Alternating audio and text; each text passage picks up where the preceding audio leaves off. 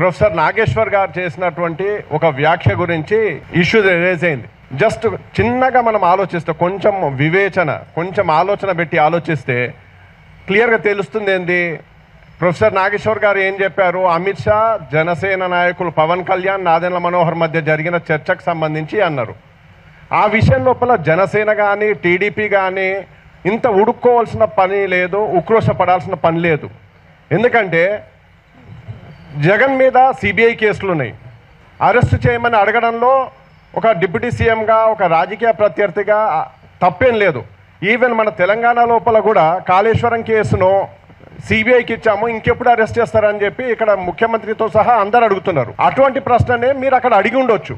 అడిగిన దాని గురించి పెద్ద సమస్య ఏం లేదు, దాన్ని చాలా చిన్నగా మాట్లాడినా అయిపోతుంది. కాకపోతే ఇక్కడ విషయం ఏమైపోయిందంటే, ప్రొఫెసర్ నాగేశ్వర్ గారు ఏదైతే ఇష్యూ తీసుకొని వచ్చారో ఆ ఇష్యూ లోపల వాళ్ళు ఎలా తీసుకున్నారంటే, మాకు వెన్నెముక లేని నాయకులం మేము అనే విషయాన్ని ఇక్కడ ప్రజలు గుర్తిస్తున్నారా అనే ఒక ఇన్ఫీరియారిటీ కాంప్లెక్స్లోకి జనసేన నాయకులు వెళ్ళిపోయినట్టుగా కనిపిస్తుంది.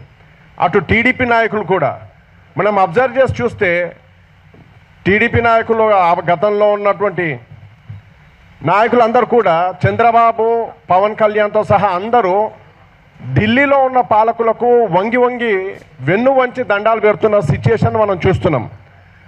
అటు జగన్ కూడా ఏం తక్కువ లేడు, ఆయన కూడా అక్కడ సరెండర్ అయ్యే ఉన్నాడు. ఇక్కడ ఆంధ్రప్రదేశ్ ప్రజల ముందు మాకు వెన్నెముక లేని నాయకత్వం ఉంది అనే ఒక అంశం ముందుకు వస్తుందన్న ఉద్దేశంతో ఆ అంశాన్ని పక్కకు తీసుకెళ్లాలంటే ప్రొఫెసర్ నాగేశ్వర్ గారు ఏదైతే పెద్ద దేశద్రోహం చేశారు అనే టైప్ లోపల ఒక ఫేక్ ప్రచారాన్ని జనంలోకి తీసుకుంటూ వెళ్ళిపోయారు. వాస్తవానికి ప్రొఫెసర్ నాగేశ్వర్ గారు చెప్పిన దాని విషయం లోపల నిజంగానే ఒకవేళ మొండిగా మాట్లాడాలని అనుకుంటే, ప్రొఫెసర్ నాగేశ్వర్ గారు అవును అమిత్ షానే నాకు ఫోన్ చేసి చెప్పాడు అంటే వీళ్ళు వెళ్ళి అమిత్ షానే మనం అడగగలుగుతారా? అడగలేరు. వాస్తవానికి అక్కడ ఇష్యూ ఏంది? జగన్ అరెస్ట్ గురించి మాట్లాడాలంటే అవును మాట్లాడాము, లేదు రాలేదు, మాట రాలేదు, చర్చ రాలేదు, తప్పుడు సమాచారం అంటే అక్కడ అయిపోతుంది. కాకపోతే ఇష్యూను ఎందుకు ఇంత ఫ్లేరప్ చేస్తున్నారు అని అంటే, ఇక్కడ తెలంగాణ లోపల వాళ్ళు అడుగుపెట్టాలని అనుకుంటున్నారు. రేపు జిహెచ్ఎంసీ ఎలక్షన్స్లో వేదికగా తీసుకొని ఇక్కడ అడుగు పెట్టాలని, దానికి అనుకూలంగా అక్కడ కేంద్రంలో ఉన్నటువంటి బీజేపీ వాళ్ళ డైరెక్షన్ లోపల ఇక్కడ ఉన్నటువంటి తెలంగాణ రాష్ట్ర ప్రభుత్వము, తెలంగాణలో ఉన్న ప్రతిపక్షము, అటు ఆంధ్రాలో ఉన్న అధికార ప్రతిపక్షాలు వీళ్ళందరూ కూడా హైదరాబాద్లో పాగా వేయడానికి చేస్తున్న కుట్రలో భాగంగా ప్రొఫెసర్ నాగేశ్వర్ మీదనే కేసు పెట్టి మేము చర్యలు తీసుకున్నప్పుడు మిగతా వాళ్ళు ఎంత ఉంటారని ఒక మెసేజ్ని ఇవ్వాలని చెప్పేసి అని అనుకుంటున్నారు. కాకపోతే అక్కడ ఆంధ్రాలో ఉన్న వాళ్ళు కానీ ఇక్కడ తెలంగాణలో ఉన్నటువంటి పాలకులు, అధికార పక్షాలు గుర్తించుకోవాల్సింది ఏంటంటే, తెలంగాణ ప్రజల పౌరుషము ఇంటాక్ట్ ఉంది.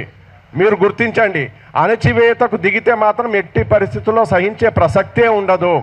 ఈరోజు ప్రొఫెసర్ నాగేశ్వర్ గారు, నేను వారితో పాటుగా 10 టీవీలో ఇన్పుట్ ఎడిటర్గా ఉన్నప్పుడు నేను ఆయనతో డిఫర్ అయ్యేవాడిని. ఆయన కొన్ని విషయాలు చెప్పినప్పుడు అది కాదు సార్ అని చెప్పి నేను డిఫర్ అయినా కూడా ఆయన ఎంత కూల్గా అంటే, మిత్రమా అది కాదు ఇది అని ఈ టైప్లో చెప్పేవాళ్ళు. మీరు ఇంత ప్రజలు మీకు ఒక డిప్యూటీ సీఎం హోదా ఇచ్చేసేసి అధికారాన్ని ఇచ్చింది చేసింది, ఈ మరి ఇంత సున్నితంగా అయితే మీరు లేరు కదా.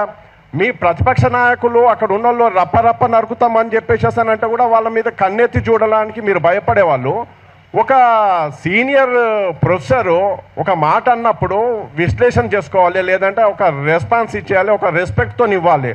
అది కాకుండా ప్రజలలో వైషమ్యాలు పెంచేటట్టుగా, ప్రజల్ని రెచ్చగొట్టేసేసి వాళ్ళ జీవితాలతో చెలగాటమడేటట్టుగా ఉంటున్నారు.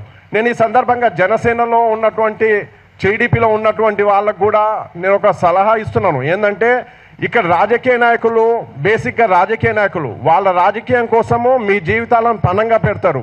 మీరు ఆవేశపడి ఎటువంటి చర్యలు తీసుకున్నారు, చట్ట వ్యతిరేక చర్యలు తీసుకున్నారంటే దాని మూల్యము మీరు, మీ కుటుంబం భరించాల్సి ఉంటుంది. కాబట్టి అటు తెలుగుదేశం, ఇటు జనసేన నాయకులు ఖచ్చితంగా వాళ్ళ కార్యకర్తల విషయం లోపల సంయమనం కోల్పోకుండా ఉండాలని చెప్పి చెప్పుకోవాల్సిన అవసరం ఎంతైనా ఉంది. అదే సందర్భం లోపల తెలంగాణ విషయం లోపల ఇప్పటికీ కూడా ఏదైనా కుట్రలు చేసుకొని వచ్చి మీరు ఇక్కడ మీ రాజకీయాలు చేస్తామనుకుంటే మాత్రం ఇక్కడ తెలంగాణ ప్రజలు సహించే ప్రసక్తే ఉండదు. రెండో విషయం వచ్చేసేసి, రేపు ఇక్కడ ఎన్టీఆర్ విగ్రహాన్ని ఓపెన్ చేయడం అనేది అని అంటే ఖచ్చితంగా తెలంగాణ భావజాలాన్ని మళ్ళీ తొక్కేయాలని చూస్తున్నారు. వీళ్ళు అనుకుంటున్నది ఏంది, వీళ్ళు ప్రతి ఒక్కరు కూడా పెద్ద పెద్ద మెగాస్టార్లు అందరూ కూడా సినీ కళామ తల్లికి సేవ చేస్తున్నాం అంటున్నారు. సినీ కళామ తల్లికి అసలు ఏం చేస్తారో తెలియదు, కానీ మీరు మాత్రం కోట్లు కోట్లు వెనకేసుకుంటున్నారు. ఈరోజు ఎన్టీఆర్ విగ్రహం ద్వారా రేపు రాబోయే జిహెచ్ఎంసీ ఎన్నికల లోపల ఇక్కడ ఆంధ్ర భావజాలాన్ని, ఆంధ్ర ఆధిపత్య ధోరణులను మళ్ళీ ఇక్కడ పీట వేయడానికి ఈ ముఖ్యమంత్రి రేవంత్ రెడ్డి అవకాశం కల్పిస్తున్నారు. ఇది నిప్పుతో చెలగాటం ఆడడం అవుతుంది. ముఖ్యమంత్రి రేవంత్ రెడ్డి ఇమ్మీడియట్ గా ఈ విషయం లోపల తన నిర్ణయాన్ని ఉపసంహరించుకోవాలి. కాకపోతే తెలంగాణ ప్రజలు ఖచ్చితంగా దీనికి సంబంధించి ఆంధ్ర పాలకుల ఆదేశాలకు, అలాగే కేంద్రంలో ఉన్నటువంటి బీజేపీ పాలకుల కుట్ర రాజకీయాలకు తెలంగాణను ఒక ప్లాట్ఫామ్ గా చేసే ప్రయత్నం జరుగుతుంది. ఈ విషయం లోపల తెలంగాణ ప్రజలందరూ కూడా అప్రమత్తంగా ఉండాలి. అణచివేతం విషయం లోపల ఖచ్చితంగా ప్రతిఘటిస్తూ ఉండాలి. అలా తెలంగాణ సమాజం ఉంటుందన్న నమ్మకంతోనే జై తెలంగాణ.